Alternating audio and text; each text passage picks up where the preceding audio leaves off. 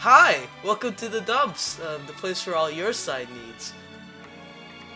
You're making your blind grandfather move a couch. Okay. Anyway, here today we have two movies to discuss. It's not a full show. It's not about racism. It's actually quite positive and nice. We're here to talk about Underdog, the 2005 Disney film, right? Um, No, I think it's 2007. yeah, 2007. And we also have The Sandlot from 1992, I gotta say. Three. Three. I'm always one off with these things, damn it. But anyway, we're here to talk about those movies, and with me today I have SilverMania. According to your bio, you say that you're the, what was it? Number one Argius fan or whatever, and other than Wow. that, you suck. Yeah, What do you have to say for your introduction? I think it's very offensive that you don't know how to pronounce Anguirus, but that's fine. Uh, I don't know anything. I'm stupid. Anyway, That's all right. I, okay. I don't really have much of an introduction. I'm just here to talk about some movies I really like. So we should Yay! just get on with it. Yeah, these two movies you have a very personal attachment with, you could say, or something like that. Yeah, I would say so. I would say so. But yeah, uh, we gotta first talk about the one everyone's here to talk about, Underdog, 2007. Yes, Um, everybody loves this movie. Everyone loves this movie. If you don't, that's not right. That's all I have to say about the matter. But yeah, Underdog is a movie starring Jason Lee. You know Dave, the Dave Yeah, Seville from the Alvin and Chipmunks Syndrome. movie. He's that's his best one.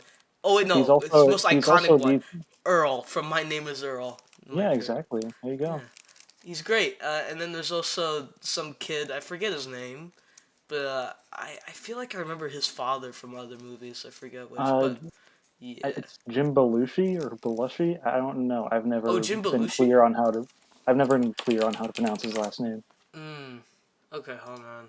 I have seen him in other stuff though. Yeah, Jim Belushi. Oh, yeah. Wait, yeah, he was in Thief and Jingle All the Way. Oh, okay. I remember him. He was great.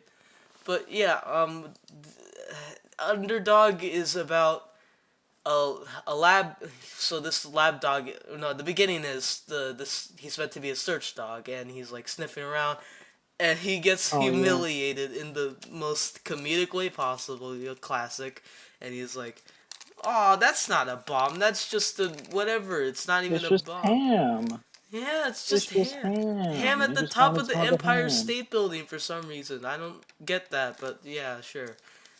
And they're like, "Wow, you're such a failure," and they all just make fun of him, and it's like really sad. Yeah, he And just like turned loose. He just leaves. yeah, and he just leaves, and someone picks him up. It's like a dog pound, or no, it's a lab, like a lab rat dog pound. I do want to say, uh, I did like the line. I met that cute poodle and it turned out to be a guy. Oh yeah, that's a really good line. Fuck, it's so Oh, stupid. but Yeah. But also, before we move on, like this movie is based on the cartoon of the same name from the '60s. Yeah, yeah. I don't know if anyone's I talked don't about think, that. yeah, I don't think anyone's really watched it. Anyone who's watching this video, at least. But like, Yeah, no. The main thing I from do what I've remember. heard of is like they show it in the opening credits. It's not like they don't know it exists. They straight up show it, but like no one else knows about it. So Yeah, see, yeah. like, when I was growing up, I got this movie on DVD from the library several times, Ooh. and that DVD also had like a little underdog cartoon extra. So I have Oh. seen at least one episode Oh, of the show. nice, nice. I was always curious about it because it's one of those. I think it's. I don't know how Disney got attached to it, but somehow they got the rights to it for something. I don't know. I forget who originally owns Underdog, but I don't think it was originally like a Disney thing. I don't think so either, but It feels like I think that's all reminiscent, the like research I did. from like the style I've seen briefly of it. It really does look like a Hanna Barbera or just general like Yeah, that's what I thought. 60s like primetime television cartoons. That's what it feels like. But yeah, as for the way they adapt it, I cannot say because I haven't seen any Underdog cartoon. But on its Well, I own, mean, it's they do some of the things that are in there. I mean, they have the names of the characters, the yep, basic dynamics. yeah. Underdog is always rhyming. Oh, But they have some lines that are like straight up ripped from the yeah. cartoon. I always So assumed the rhyming thing was a unique thing. Yeah. Um, but yeah, Underdog is actually just a pretty straightforward movie, to be honest. So, dog gets experimented on. He escapes. Dad picks him up. Son doesn't like dad because of some other reasons, or tries to ignore him due to personal stuff. And it's like, oh, okay, usual dynamic. And then the dog starts talking, and oh and no, and it got powers too. And we get into some and wacky hijinks. oh yes, shenanigans ensue. Uh, so it See quite that see ruffled my th- feathers watching this one. But this movie gives me Marmaduke vibes. oh, oh I'm scared now. But See, yeah, it's no, true. no, no, no, because Danis he has cats and dogs too. The movie dude has Marmaduke. I have Underdog. This is my dog movie. Mm. Oh, I don't know what my dog movie is, but yeah. Um. I love the casting for Dr. Simon Bar Sinister and Cad. Oh We yeah, have those are so the funny. goats, Peter Dinklage and Patrick Warburton. Patrick Warburton is so funny in this movie, and he doesn't even do anything that funny. He's like just pretty funny, but I think just Patrick Warburton himself just carries it itself. It's so funny. He got a thesaurus. And also Peter Dinklage being here just made me laugh considering like what he thinks of Disney as of now. Um, Yeah. that's really funny to me. And speaking of conspiracy theories in Disney, if as for my personal experience, I have an odd, weird one for this movie, even though I've just seen it. I don't think I've explained this to you, Silver, but so in the server, people got really mad at me for using the laughing crying emoji, right? Yeah, Oh yeah, yeah. yeah, and I got banned from the server by fellow guest on the podcast, Brian. He was in the community episode, and Wow.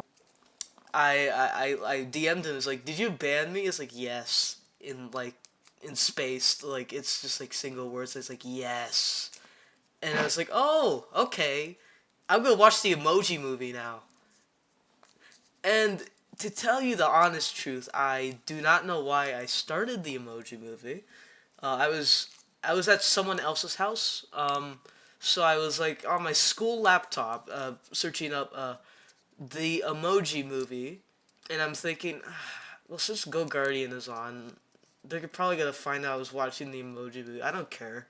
So I started watching the Emoji Movie, and at first I felt like I was committed to it, so I sent voice recordings for the entire thing where I was trying to explain like, oh hey Brian, I'm watching the Emoji Movie. I was like commentating on it. I was explaining how like, this movie, it's weird. People hated this movie for so long that honestly it really just has left no impact, even though we complained about it for a while.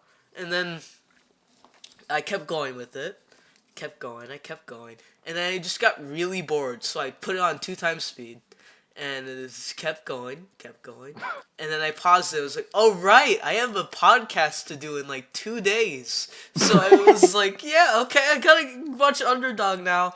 And I was watching Underdog, and it was. I think I lost my mind. I don't know what happened, but basically, I was watching the movie, and I was thinking, wow, this is actually a pretty funny movie. And I was like enjoying myself.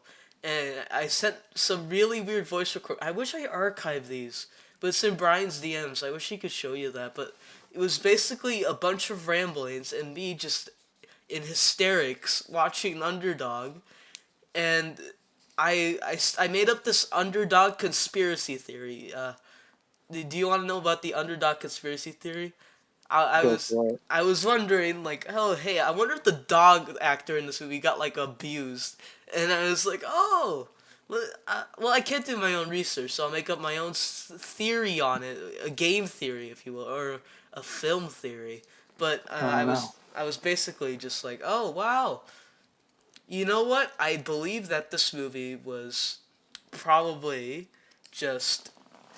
I have a feeling that the dog was abused and that Disney is somehow hiding it, and then they have a vault of dead dogs. And you know the Disney vault that they used to advertise when like re-releasing their old movies?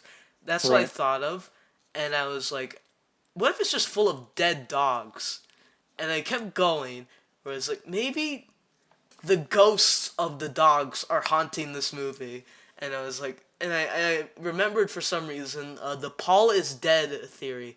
Have you heard of the Paul is dead theory? I have no idea what you're talking about. Uh, okay, so the Paul is dead theory is you know the Beatles, right? You know Paul, Ringo, Yeah. John. Um, there was a conspiracy theory for a long time that Paul McCartney died, and that the Beatles was hiding messages in its music to indicate that Paul was dead. No joke. This is a real theory that people Uh, believed for some reason. It was actually one of the main things that started like like people reversing music. That was like a big thing after that theory came about. But anyway, my theory was that Paul McCartney was haunting Underdog, and that he was like possessing Underdog, and that this whole thing is a sham, and that Peter Dinklage, this was the reason why he hates Disney, not because of the dwarf stuff, but he was like, oh my god, why are they messing with Paul McCartney like this? And I kept going with it because I was thinking, well, maybe Peter Dinklage just didn't like being the scientist in this movie. It was like, this is demeaning, even though he's literally like one of the smartest people in this movie, well, despite being an idiot sometimes. And then the whole thing was basically me losing it. And then someone else came in. If you don't know this person, Dimlight is my cousin, and I was at his house, and he walked in and he said, "What are you watching?" And I said, "I was watching Underdog." And then he was like, "I hate Underdog." And I was like, "What?" And like, it's like, "I hate Underdog. I hate it." And I was like, "What? Yeah, how dare you?" And then I recorded this entire thing. So I chased him around the house. He cornered me in the kitchen, and I kept running. I went up the stairs, and he locked himself in his room. And for like 20 minutes, I was banging on the door. And Brian, he was hearing all these recordings, and he was like, "What is happening?" And it just kept going. And then eventually, my mom picked me up. I went home, and then I proceeded to finish Underdog. And the whole time I was just thinking, wow, this is a really good Paul McCartney album. I don't know why. But yeah. And then after I tried to search it, Underdog Rule 34. Never do that, please, for anyone who was curious. But yeah. That's my whole Underdog story. so what you're saying is that you lost at least 100 brain cells. Yeah, pretty much. Uh, but I'm not even going to question anything that happened there. I'm just going to move on. Okay. Well, we could talk about the movie now. Yeah, I guess. we could. We really could, but I don't know. I don't know, man. No, no, no. I'm really bored. I can't do that. But yeah, No, it's funny that I have like actual, like unironic criticisms and positives for this movie. same?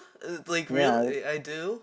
Like, it's because weird. like for a criticism is like nobody ever sees the super speed and super digging dog in the middle of the park. Like, d- does Yeah. nobody see No, I this? was wondering, What? like, okay. Do you, did everyone just look at this teenager, like, talking to his dog and think, this is normal? And then the dog starts, like, running super fast, and you're like, what? Does Like anyone it's else right in notice the middle this? of the day. Like nobody. Also, I Okay, hate that underdog like girlfriend subplot, and that just made me feel really uncomfortable. I don't know why. really. I was like thinking weird thoughts, and then the fucking dog gang, they were like, "Oh hey baby, could you slide into my DMs?" I was like, "What the fuck are you talking about? Like, what is going on?" It was like a touch of horny, like a touch of it, not even like a lot. It was enough for me to just raise an eyebrow and made me think of Really? really weird things, which is why I searched up Underdog Rule 34 after. That's what. Okay, that's so weird because like I've never thought there's like anything objectionable in this movie. It's just like extremely harmless. Oh yeah, no, I don't get like 1 stars. This is not one of those like kids movies where it's yelling, screaming, stupid, annoying jokes. This is a perfectly serviceable kids movie. It's a perfectly servable movie in general. I just don't think it really harms anyone, really. No, it's weird. I don't know. I mean, But besides the couple uses of, I remember I heard one of the dogs, like the group, the gang dogs. I can't believe I'm calling them that. One of them said, "Boss, you a player," and I laughed for like 3 minutes. It was like, what the fuck? It was so confusing. But besides that, and like I my didn't even think personal about that. experience, like watching it, I was I was completely just enjoying it. I didn't really mind it. I didn't really hate it. I didn't really love it. I was just enjoying the movie. It was fine. I don't know why like people take offense to it. For some I don't people. know.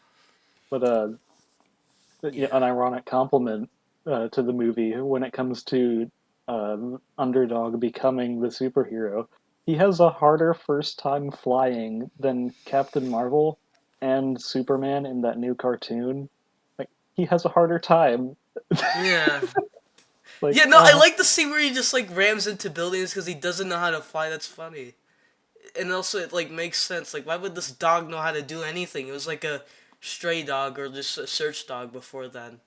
yeah, Just and the other times where he just does things immediately, it's like on dog instinct. So yeah. that makes sense. Yeah. Um. The the dad son stuff I think is fine. I don't know. I know like just Okay, to me, it's it's just like the rushed. rest of the. It's just like the rest of the movie where it's extremely fast. There's nothing really Yeah. substantial to it. Yeah, that's the thing about It's this just movie. This movie just goes by it's just they really establish fast. something Yeah. that they bring it up again, and then it's resolved the next time it shows up. Yeah, it's weird because this movie just speeds by. It does all the things it needs to do without like really delving into it. They're just kind of keep the pop moving, keep the kids entertained. And you know what?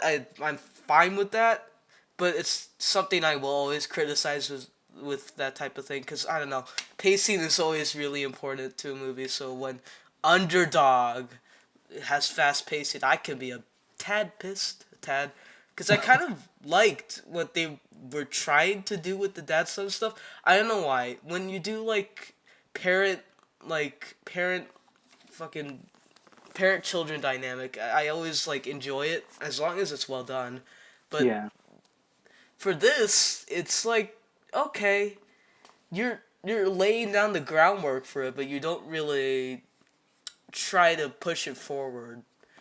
yeah, I know it's like the most basic dialogue ever. It's very forgettable, Yeah. but but there's good lines in here every now and then. Like my favorite line I quoted at the beginning. Yeah, true, true, true. But yeah. It's like, that was a great bit too, because it's like that's the excuse that he came up with. He's making his blind grandfather move a couch. It's so fucking stupid. But yeah, and Oh then no! Wait. yeah. I also have to point out like that one bit where Shoe Hmm. Shine. That's the name of the dog because he shines shoes with his tongue. That's a weird reason, but uh, that one bit where he's just going, "Give the dog your Oh yeah, I food. love that line. Give the dog your." Cause Like give the I dog your quoted food. that. Like as a Yeah. kid, I would quote that whenever our dog was begging for our stuff. Like it was fun. That's funny to mention actually. Like a Like all young our family Silver. knew that bit. Oh, your whole. Oh, that sounds really fun actually. Wow, that's great. But yeah, I And of remember course, that line we have, specifically because Diamond Bolt used it when he mentioned Underdog, so I always remember it for some reason. of course, there's the bit where Underdog gets his sweater, and he's trying to figure out a tagline for himself. We have, Yeah. "There's no need to worry. Underdog is furry." He's just like, no. No, like so stupid. Uh, Also, there's this movie is objectively better than Marmaduke because guess what? what? He found China. That's true. Oh my god, I didn't even think about that. Wow, this movie is genius. I can't believe it. Oh my god, they did it. They did it. Wow. Yeah, to those of you who don't know who are watching this, there's one bit where he runs around the entire planet and he comes back dressed in Chinese stuff. Yeah, it's a very stereotypical joke, but that's fine. We can move past that.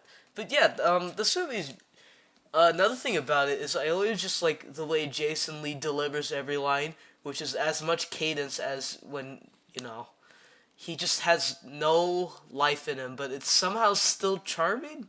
It's weird It's weird. because 'Cause he delivers like all the puns, but it has this certain like depressing cadence to it. It's like as if he was like forced in like the toll booth, ready to just like I'm ready to just die already. But he has to do lines for fucking Underdog, which is probably how he felt for most of like the late 2000s. I it's must weird admit. though. It never feels like out of character when I think about it. No, it's weird because it's kind of bad acting, but at the same time, I don't. It doesn't break my immersion. It's weird.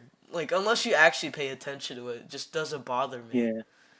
The one thing I will criticize about his voice is just the fact that he has the exact same voice for his uh what was it called, mild mannered alter ego and as Underdog, and just the girl dog just does Yeah, the not girl dog realize does this not at notice all. it. It's so stupid. He's like, "Oh my It's like god, it's it's his literal same Underdog! voice. It's Underdog! How did you get here?" And he has the same voice as the person he just talked to, and she's like, "Whoa, it's an entirely new person." It's like, "Hi, Paul McCartney." Like, oh my god, like, Yeah. like I said, the conspiracy makes sense. Underdog is a pimp. He's a pimp. No. Do you Like, remember that bit where Patrick Warburton he dresses as an old lady and oh, almost that's so dies? funny. That's so great. And then Underdog like, just fucking abuses him and like flies him around. It's so funny. It's great. And then it's like, he gets the collar, which leads them to eventually kidnap the dad and eventually him. But I was like, well, hold on a second. If you want his DNA, there would be DNA on the collar. Mm. That's kind of a big plot hole. No, but it has the home address. You could find it either way. I mean, sort of. Yeah, it's not that big, especially Yeah, compared to other superhero movies. But it's like this movie isn't very smart. it's not challenging. It's not gonna provoke your mind, except for the Underdog conspiracy. That goes deeper than you think. But yeah, um, I I know do this. like. I know this movie Uh, is like hard to talk a lot about, but there is just fun bits in the movie that I just make up for it. I don't really care. oh yeah, Like, dude. You remember when Dr. Barsinister he he makes Shoeshine back into a normal beagle, oh and yeah, he has little blue pills. I was like, oh, he's making his dogs blue pilled. look, And then Underdog becomes re-blue pilled, and so does Dr. Barsinister. look. Oh yeah, and also Everybody's Doctor blue pilled. Barcelo's plan is basically just give me money and my I lab. also think That's I so also think funny. it's I also think it's hysterical the fact that that is his name, like right off the bat before he's even known as a criminal. It's just his name is literally Dr. Barsinister. It's like, oh my god, I want to hire Doctor. Wait, his name is that? What the heck? It's like, how does he get a job? Like, how does he feel about that? I want to know. Apparently, he's like the most esteemed scientist in the place that he was working. I Yeah, find that really hilarious. that's funny. Yeah. Or And maybe he was like shout the out, center of attention because he was a joke and he didn't realize that. That could be even funnier. Like, and the climax was like pretty stupid because so like Dr. Barsinister gets the blue pill, right? uh huh. So he's super powered, right? Yeah.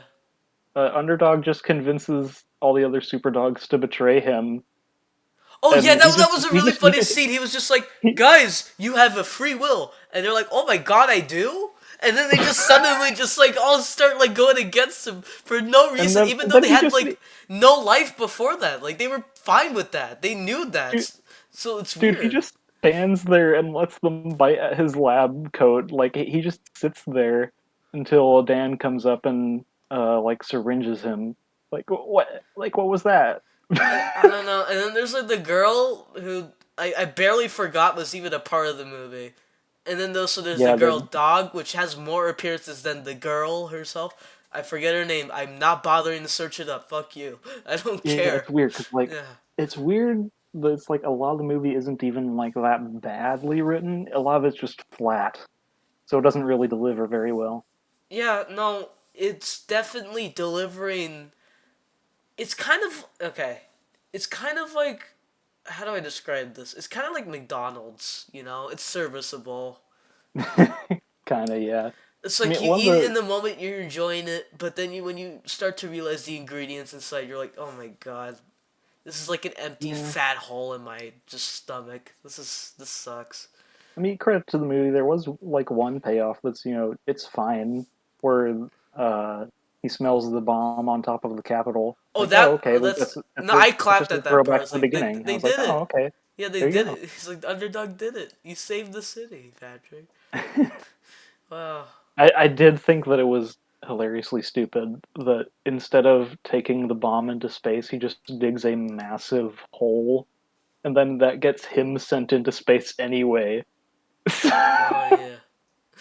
And then we have a fake out death because of course we do. Of course we did. It's yeah. I think it's really the third act that really feels like okay. I guess you're doing this and you're doing it the most normal way. This movie is just very generic, but like before the third act, it's just charming. But then after that, it's just okay. I guess There's some bits. we have to There's some bits I continue. think are funny We can because continue the plot. It's like I don't care about the plot that much. I mean the last bit we see with Bar Sinister and Cad, of course, Yeah. they share a prison cell, and Bar Sinister just hates it. it's so good. Like And of I love course, that dynamic, man. the last line of the movie, uh, where they have all the citizens go, "It's a bird, it's a plane, it's a It's frog, a frog." Like that's from the cartoon. Oh, that is. Oh, that's a Yeah, really good they would line. do that bit Oh where yeah. they would Wow. say all those three things, and then somebody would be confused, like a frog. Like what? That's really Like funny. it's a simple joke, but it's funny. Yeah, yeah. At its core, it's a very simple joke, but it works. I like it.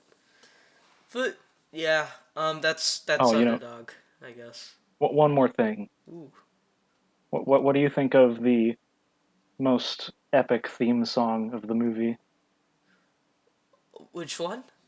the Underdog rap? Oh my god. Oh, I just remembered that now. Oh, yeah. That was You can tell this was made in the honestly. 2000s. I'm gonna give Marmaduke a bit of credit. I like the Marmaduke ending dance party song more than the underdog rap song. I think the Underdog rap is epic, and you're just cringe. Ah, you got me to defend the movie, dude. Here, I'm already cringe. Damn it, man. But yeah, um, what's your unironic rating for this? I was always curious about that. Unironic, probably like 4. Like I don't think it's like terrible. High four, please. It's probably closer to a 3. Oh, okay. Well, I gave it a very middling 52 out of 100 or a 5 out of 10 for you Yeah, simpletons. I can Yeah. reason with that. Although genuine rating, 10 out of 10. There's not a single scene I hate in this movie. Yeah, I no, just have a good time. it's yeah, it really is just kind of like that dog you find cute. You can't really hate the dog no matter how much it does that is kind of stupid. So, yeah, Yeah, it's a nice movie. Jason Lee got a paycheck. That's all that matters. Man, he just needed that so he could he needed continue that Disney working on money. Zero. Yeah. He, yeah, I heard great things about that show, unironically, but yeah, yeah. Um, the other one, Wonderful movie. the other movie here, I'm much more excited to talk about. The Sandlot. This 1993. This is a really funny and really nice movie. I enjoy this a lot more than Underdog, but Me too. it's because I laughed like 50 times throughout the entire movie. It's great, man. Oh yeah, I've seen this movie plenty of times. I have no idea how many, because we still have a DVD of it at my house, and Ooh. I don't know. Every single time I watched it, I've laughed. It's such a It's uniquely funny movie. I've never seen another one like it. This movie feels. I can't understand why this can't be the standard for like anything. This is just so funny. This is genuinely just a really clever and well done movie. Even though it's just about a bunch of kids playing baseball and going around and doing other things to entertain themselves throughout a summer. That's all it ever was, but it's so entertaining and fun. I don't, Yeah, and you know, man. I don't think I have a single problem with this movie. Okay, the one thing, I'll get to that later, but even then, there's a good excuse for it where it's just like, oh, it was just I heard some ruckus out there, but it's like, I, I can ignore that because the rest of the movie is just so good, and the rest of it just is so perfectly done and so well comedically timed, and every actor, every kid in this movie has this mix of like, you know that they're on a set, but at the same time, they are acting genuine about these stupid things happening. It's great. I I love every There, single actor in this movie. It's so good. yeah, there is a insane abundance of reaction shots for all the kids in this movie, Oh and my every god, single one of they're them is all great. so funny. But all of them are just so. They have just the perfect expressions for everything that happens to them. It's so fun. Yeah, and when it comes to like compliments of like how the movie is made, like it's really inventive with its cinematography, and the lighting is generally like really nice to look at. See, Like okay, I was just like, yeah, can we just have movies look like this, that's what please? I was thinking. Cause I was like, this movie does it's simple cinematography, but it's so effective, and it just everything is lit like it feels like summer. It really does ooze this like perfect vibe, and I could see myself just living in it. And it just doesn't break my immersion. And then the editing is so unnoticeable, but it gives so much to the movie. And man, just everything Yeah, about it is so well done. I just it's just like appreciate the way it was done. Not even just how like the fun it way was. like the way they use the music and how they use the sound effects for all sorts of shots Yeah. is so it's so intricate. Like people really cared about what they were doing here. Yeah, no, I was surprised by the amount of craft in this movie. That they And, tried so hard to just make this a really convincing kids movie. You you know, know? Yeah. it's like you look at the cover and stuff, and it's like, oh, it's a baseball movie. Okay, but it's really more than that, because like, typically like a baseball movie or a football movie, a basketball movie, they always end with the big game. They always have end with the big game where Yeah. the heroes inexplicably win through impossible odds. Yeah. And I saw a little bit from a Roger Ebert and Gene Siskel show where they talked about this movie, Mm. and they complimented. It's like, no, but it's not about the big game at the end. They Yeah. don't have that.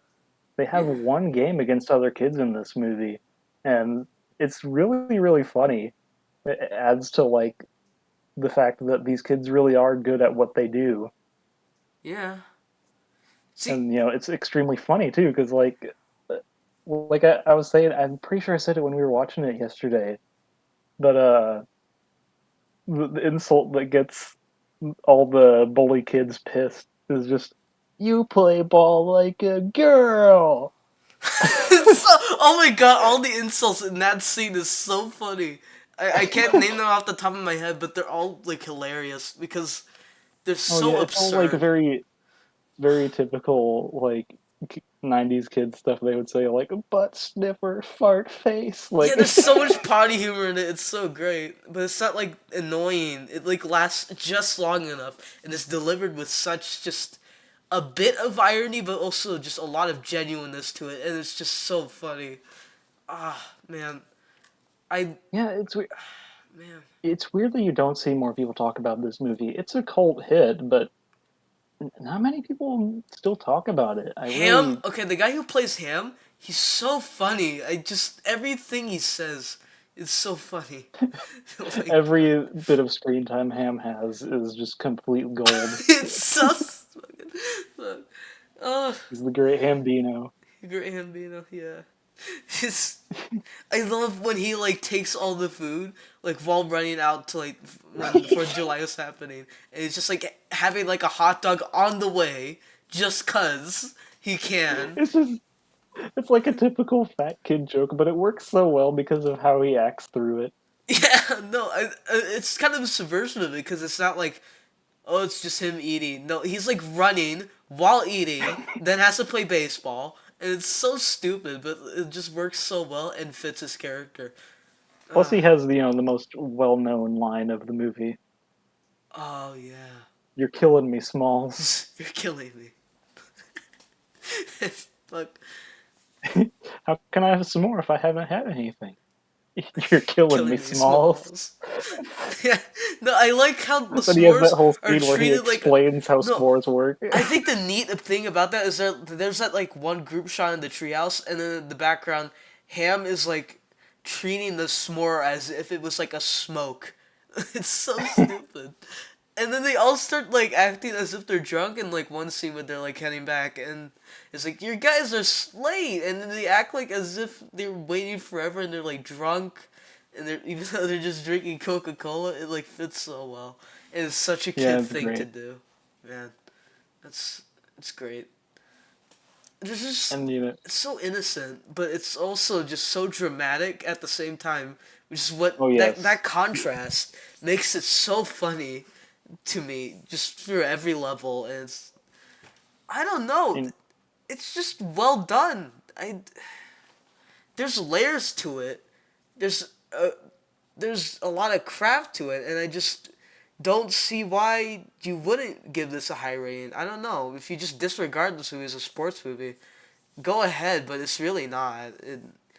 But yeah, as you yeah, said, the big game was in the middle of the movie. There's a lot more to this movie after, and that's what makes it so special in a way, because it's yeah, not and it's dramatic in the sense where it's like that's the way the kids view it, but really it's really simple to its core, and the ending really hits that home because we have like the beast, right, and it's portrayed as this huge like mythical being when really yeah, it's because just we a have the backstory for it that's yeah. delightfully narrated. Oh my god, it's so great. I love the black and white that they use, the actors who where they try to perform the children's voice, but they're like and then the Forever. yeah. And I I just appreciate the things that they go with because the beast is also just this huge puppet for a lot of it. That is really cool to me. And I like the way that they use that in close shots and they try to like keep it away from the viewer to see the full thing incomplete. One, because it's a puppet, you can't see the full thing. That'd be Yeah, immersion breaking, of course. But another thing is it makes it kind of terrifying because you don't really know what the beast is. And then when you figure it out, it's kind of like, oh, yeah, it's just a dog. Wow. yeah, they just portray it as like this enormous, like bear-sized dog until you finally see it when Benny goes over the fence. Yeah, it's really cool. And oh, Oh, I Benny's dream was so good. Benny's dream. That part is really nice, and I really enjoy what message it takes from that. It's a really hopeful movie, really. And Yeah, I think it's sweet. I think the only thing that I would say I don't really care for is the fact that Babe Ruth, the last thing he says is "Follow your heart, and you'll never go wrong." Like that's not true. I hate Like when kids movies do that. that's when so many kids programs have done that all over throughout the years, and it's just like it's a very nothing message. Like It's a really hollow if you message when you follow think your about it. heart and your feelings all the time, you're gonna end up miserable. Like that's, if you just do what you want all the time, then you're probably not gonna make anything of yourself. Yeah, especially this generation. Our generation, like our current generation, is like follow your heart, do whatever you want. But then that kind of leads to just a whatever cadence to it, where you don't really care about school, you don't really care about anything, and Yeah, it's you just have these they take high it way too hopes. far. You see, like I hate songs that are like about have high hopes, be inspiring. When no, that's not. It's not really gonna lead you anywhere if you really think about it, and you don't have any common sense to what your goals are. So yeah, let's say I want to be a director or an animator, or I want to be a fucking football star. I can't actually do that. You always, Yeah, because you need to earn that thing. You need to earn that goal. And another thing is, if that doesn't work out, you better have a backup plan, or else you'll be completely fucked. And it's kids who yeah, just ignore that. So and to act in some good faith about follow your heart. I think that a lot of people, when they say that, it's more so talking about like you should always follow the idea of doing the right thing for everyone involved. And if you have a good heart, that's probably what it's going to tell you, right? yeah, well, yeah, That's just how it is. it matters of context. Yeah, of course. For for like Benny in this movie, if he's following his heart, yeah, he's doing the right thing. Benny is an absolute Chad. I love him. I love Benny. He's like the only one that accepts Smalls into the group, and it's so nice. Cause I don't think he gets as much lines as the other kids, but he just has a lot of powerful actions he does throughout the movie, especially near the ending and the Yeah, beginning. he has a very good presence throughout. All his lines really matter. Plus, apparently they picked Benny off the street. Like the actor, he was just like, at a carnival, and it was like, "Hey, you want to be in a movie?" It's like, "Okay, sure." So yeah, that's probably another reason why he didn't get as much lines as the rest of them. But yeah, It's cool though. He does them well. yeah, he does them well, surprisingly. A lot of these kids, they're not professional actors. They don't act as if they are. They're just acting like kids, and that's what makes it better as a whole. Cause you don't. It's a bit. I don't know. There is a bit of a meta thing where it's like, oh, okay, these are kids. They don't really know exactly how to perform everything, but that's kind of what adds the charm to it. Cause they're Well, acting I as don't if. know. Cause no, when they're See, acting as if it's a dramatic movie, when at its core it's simple, it kind of adds to the idea like, they really think it's really that serious when it's not, and so that well, yeah, I don't sort think of that things. it's ever bad because like I've seen badly acted baseball movies. They're terrible. Oh, yeah. But yeah, I think like they all have just wonderful performances throughout. Of course, we have the pool scene, Oh, the iconic pool scene. that entire sequence is mesmerizing. I love it. My God. Where Squints literally almost kills himself No, Squints. It's to not even a get high with Wendy. diving board. It's like a small diving board, but he jumps in, and it's like this really dramatic thing where it's cutting over and cutting back and cutting forward, and you have this like the movie and the character tricks you. And then the ending reveal is so funny because Squints, he like opens his eyes with like a smile, and then he just pulls in the lifeguard which he's been chasing, and has a crush on throughout the entire movie. This like teenager hot rod of like a fucking lifeguard, and he just like pulls her in and just forces it, and it's just like creep, you little creep, and it's just it's so ridiculous, but I love it so And much. it's even funnier knowing she actually was into him after that. Yeah, and then they get married, and that ending reveal is that's so good, because it's like even though he forcefully thrusted himself upon her, she still marries him. Like once he's an adult, that's Yeah, it's so great. Look, like things ended up okay. yeah, it's a bit ridiculous, but at this point, it adds to the comedic effect. I don't care. It's great. I love the ending where they all fade away from the Sandlot, and uh, Smalls tells you about where they all ended up in life. And, Man, it'd be so that that easy that to last like, that last scene of the movie where uh, Benny is on the yeah, he's in the big leagues, and Smalls is the commentator. yeah, and Like then they that's both look at each awesome. other and they smile and they have a thumbs up. It's so great and satisfying because it. That's not even like talking about like that whole section of the movie with James Earl Jones. I Oh, love every and bit of that I was scene. waiting for James Earl Jones to show up because it showed the credits. I was like thinking, where is he? And at the end, they have that nice little scene where he probably gives up a really valuable item just to save this kid's ass, and Yeah, it's great. I love how he says like George signed this, and they're like, yeah, he did. I take it back. You're not in trouble. You're dead where you stand. Yeah, it's great. But he has like that ball with the entire murderer's row signed Yeah, it. Like that's awesome. it's a really just Because nice like yeah, scene. he doesn't really have a use for it anymore. He's willing to help out. Yeah, it's like passing down things to the next generation. It's great. Like And you see at the end that Smalls he he even kept kept the, that ball he even and he kept kept the the chewed messed up one. one. Yeah. No, he kept it to heart, even though it reminds him of that summer, and that summer he'll never forget, and it's an important item. So yeah, it's I love what it represents, and I love how this movie ends a lot.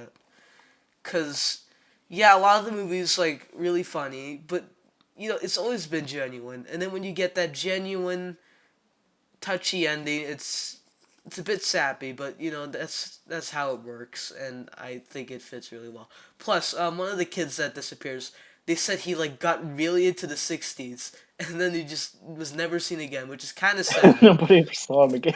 It's kind of really sad when you think about it, and dark, but that's fine. See, at least the movie's not like everything will be happy for everyone in the Sandlot. No, one of them got fucked probably, and we're all like zits on their head, like doing drugs in the '60s. So yeah, that No, sucks. no. See, he got really into the '60s. He got into the Underdog cartoon. Nobody ever saw him after that. See, there's the underdog conspiracy back at it again. Look. But yeah, no, I like that. And oh yeah, that reminds me of the drug thing. When they all like eat the tobacco thing and then they all go on the oh my god. That scene's Oh great. yeah. The My barf parents would always skip over that scene because they didn't want us kids to see them barfing. Oh really? It's really tame when you think about It it. is. It is. Like that always was funny to me when I finally watched it without my parents. I was like, that wasn't bad at all. When did you watch that scene? Like, man, you probably skipped out on it. Crazy. hmm I can't It imagine was not watching a movie without that. It's great. yeah. It was like when my parents would skip through stuff in like the Indiana Jones movies we watched. Oh, I bet they skipped We the didn't Raiders of the watch Lost Temple of Ark Doom. ending. Yeah, Oh, we didn't watch Temple of Doom ever when I oh, was a that's kid. why you haven't seen it. Okay, that makes sense actually. Oh, fuck My that. parents do not care for that one. I can Oh, I can understand that. No, for sure. Oh. understand why. See, Like I I love like that the movie. movie. I love that movie, but not because it's great. To, I guess I kind of want to talk about that a bit, but basically, my first Indiana Jones exposure was when I went on the Disneyland ride. I don't know if you've been to Disneyland, but there's a ride No, there. It's called Indiana Jones and the Temple of the Forbidden Eye. And so when I was scared to go on the ride because it was like 4 or 5. It was like, and they got the fast pass. I was like, I don't want to go, but then they just forced me in. And I gotta say, the line into Indiana Jones and the Temple of Forbidden Eye still freaks me out because it's just like this temple room that's been like excavated very poorly, by the way, and they add this such aura. Disneyland is really good at atmosphere, especially that ride. And there's like poles, and the wood is barely holding together the roof, and you have this like cheap presentation where they're explaining how the ride has like fucking just broken like seatbelts. Yeah, that's an exaggeration, but it's funny, and Yeah. it's it really keeps me on edge even going into the ride, and I was like getting more and more scared as I went on. And then when I got in the Jeep, I was like, okay, it's just a Jeep. And then we go into like one of three corridors, and one of them opens up, and there's this giant like temple, like this giant like I guess how do I say it? This statue face, and I was looking at it, and I was thinking, oh, okay. And then it says you have terrible fate and you must go into the dungeons or whatever. And it's like what? Oh, and then the jeep just starts rumbling and it just starts moving around sideways, and then we enter into the temple, and then a lot of the ride is like covering, I guess the what was it? A lot of Temple of Doom, because you have like the underground temple where Indy almost gets his heart ripped out of him, and Yeah. they replicate a lot of that. They have a bit of Raiders in there and a bit of Last Crusade, just barely. There's like snakes, yeah, and then there's the boulder, of course, and that's like the big dramatic like final thing. And that boulder felt real because it looked like it was actually coming through. But of course, like the India thing that was hanging, like while he was hanging on the rope, I was thinking that's not Indy. He looks like a rag doll. But then the fucking boulder comes in. It's like what the fuck, and then the fucking drop. It's so great. But immediately after, when we got back from the trip, I was like, okay, I need to watch one of these Indiana Jones movies. And then they were like, oh, what's the one with the temple in it? Oh yeah, Temple of Doom, and that was the first one I watched. And so I have like a more personal attachment to that one. Right. Yeah, that of course is probably, I don't know, Temple of Doom is not really like, of course it's not the best in the movie. That goes to Crusade, but like I still have a huge place in my heart for it a lot of the time. Yeah, and the ride too. I love the ride. Yeah, that's wonderful. But Yeah. side tangents about Indiana Jones aside, like I could go on about like how terrible the fourth and fifth movies were, but like Yeah. anyway, The Sandlot. We were Yeah, The talking about The Sandlot. Sandlot. Right. It's Yeah. wonderful. Like anyone who hasn't seen you should. Anakin Like Skywalker loves it. How can you not? He like this loves is a that. required viewing. Oh, required. No, if you have a child, make them watch this movie at like age 7, age 8, around that time. It'd be Yeah, perfect for that. unless you're like super against like swearing, because like there's There's a couple several shits examples in of there, them. a couple little shits Yeah, in there. It's fun. I it's not that bad though. I Like, miss when PG movies would just say shit. I love when they do dude, it that. was so weird when I watched ET and they were just just throwing around swear words Oh yeah, constantly. I love it. It's so good. Oh, yeah, then there's the scene where E.T. gets drunk. Like, oh my god, I there's think no so. way. Yeah. Yeah, there's no way that they would just like. This would be PG-13 in modern times, which Yeah. sucks. No, they wouldn't. They wouldn't. They wouldn't dare Our rating anymore. systems are pussies. Like, fuck off. Come on, man. I mean, when I was like age 8, I watched Psycho. I'm fine. Like, who cares? I don't know why you guys are complaining about it. Like, man, just show your kids like really edgy movies. Go ahead, do it. I think that's something like I want to encourage a little bit is like once your kids are like out of preschool, don't like hide them from movies with dark moments. Yeah, like Puss in Boots too. No, because the thing is, They should watch that. my argument is kids need to experience these things in order to understand that there are dangers in the world and there are things you need to learn. Not like you must love your family. Not just that things, but also people will try to kill you sometimes. You know, and some people can just die randomly. That Yeah, and that one of the things that I have to say on that is like what I was saying earlier about how my parents would skip over intense things. They would skip over the opening of Finding Nemo, really. That where sucks. Cause yeah, that's where like one of Coral the dies. that's the most important scene in the entire movie. That sucks. Yeah, when I finally saw it, when they didn't skip out on it, I was like, this makes the movie better. Why didn't you let me see this? How old were you when you found out about it? Because that sucks. I don't know. Probably like 11 or 12 at Oh, that what the point. fuck? That Like sucks. I didn't even see Revenge of the Sith until I was 13. Jesus Christ. Oh my god.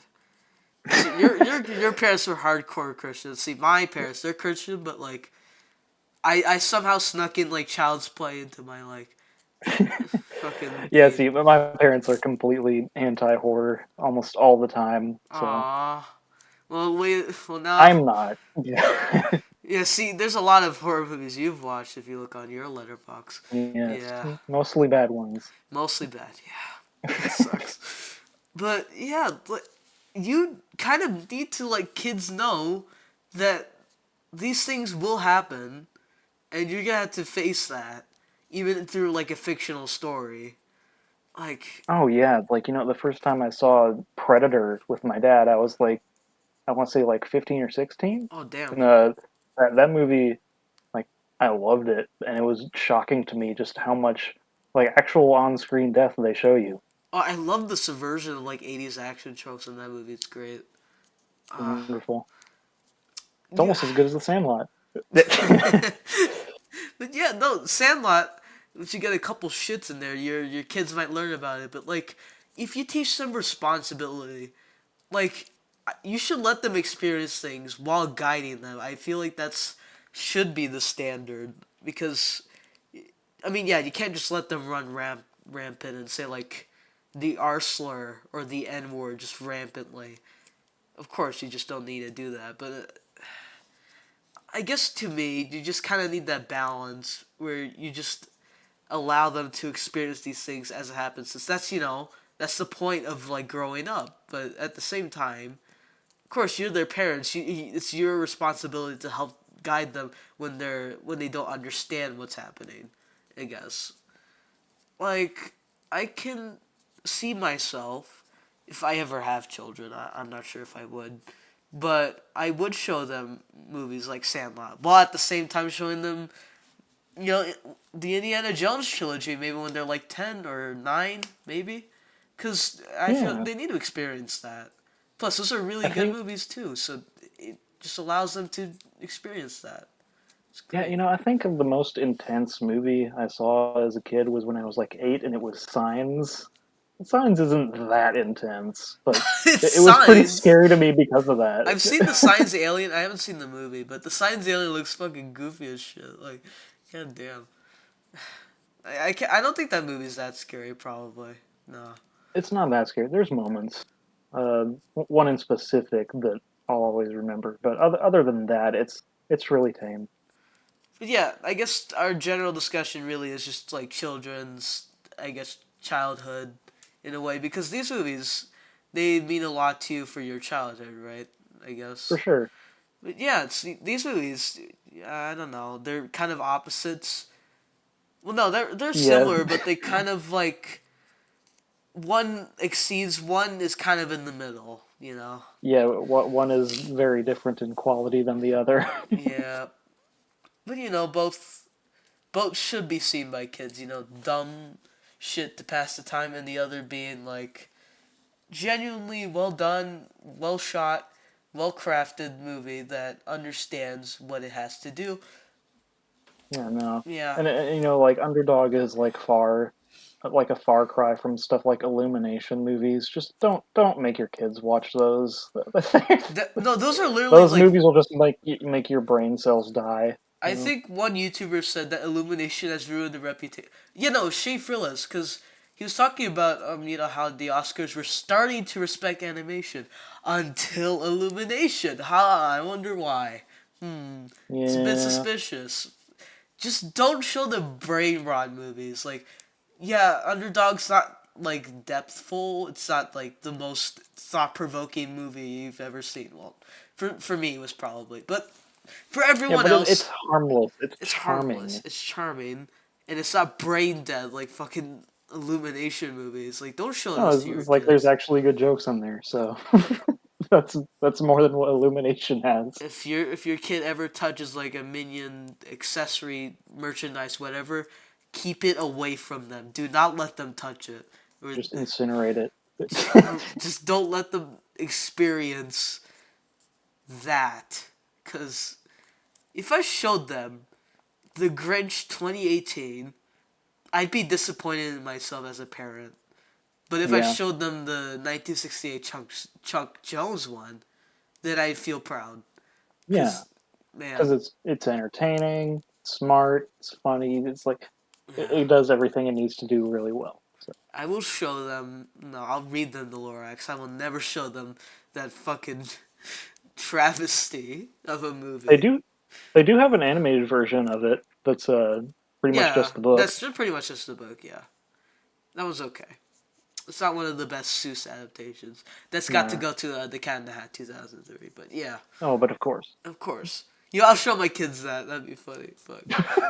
Like I like to traumatize them with that as much as it did to me. You know, I think they'll live. I think they'll live. they gotta experience the universal promotional fucking gag in that movie. That's so stupid. Uh, it's like, no, I don't want to get into Cat in the Hat 2003. I'll lose my mind. I'll just say this: better you have your kids watch Cat in the Hat than you have your kids watch Barbie. Just saying. Oh yeah, don't show your kids Barbie. They'll like turn into like one of those feminists that are really, really annoying and ruin the idea of a feminist. You know. And we say this as people who enjoy Barbie, so. Yeah. No, no. I enjoy the movie despite one person in my comment section of the Barbie review. I'm not calling them out. I'm just saying. No, But of course not. no, of course not. But I enjoy the movie. I have a heart next to it. The pink heart. So yeah, I enjoy the movie, but it's not very good. It's very entertaining though. Sure, why not? For sure. Let it be the savior of movies. I don't care. Sure, I don't. I think we as a society will survive. I think it will benefit us more because I don't know. Despite what you think of Barbenheimer, I think it has helped cinemas more than it probably should have.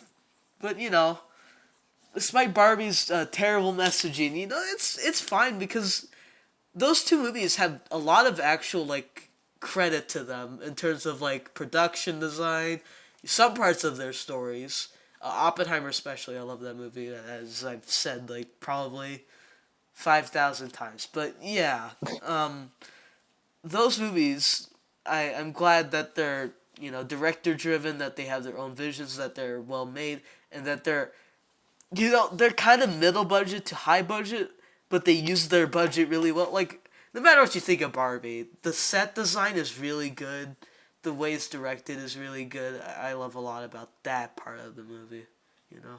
Yeah. And the comedy is Any actually really funny too. So Yeah, but anyway, we keep going into side tangents, I mean but that's the dumps for I you.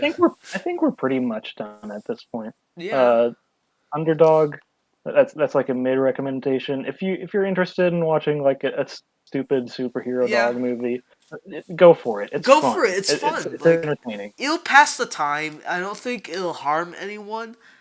It's not I even 90 minutes. It's fine. I think the only offensive thing in the movie is the Chinese joke. So If you that's can even fine. call that offensive, I don't know. It's. I kind of accepted it. Sandlot. But It's a yeah, strong Sandlot, recommendation. Please yes, watch it. It's great. you have to watch it. You will like it. I promise. If you don't, then you're not real. Sorry. Yeah, Uh, no, you're not a real person if you don't. man, Anyway, but yeah, that's all good. that's all good. We're good here. We're good here. Yeah, it was wonderful being able to talk about this a lot more in depth. I haven't really done that in forever. Yeah, no, I can imagine that talking about these two movies at the same time is impossible for you. I don't think anyone's like at dinner with you and just saying, "Hey, you want to talk about Underdog and Sandlot?" No, no one says that. But you finally got your opportunity to, cause Yeah, it's incredible. What a wonderful duo of films. Yeah, not films many people talk about anymore. I hope the two people who will watch this podcast, will watch this movie, please. Oh yeah, we can People only hope. People stop watching my elemental videos. Please go watch Sandlot. God damn it. I can't escape it. But yeah, I was glad to have you on, Silver. I appreciate you having the time to get on here. Thank you. Pleasure is all mine. But yeah, that was the dumps, I guess. I have a nosebleed right now. But yeah, goodbye, guys. Bye. Bye bye.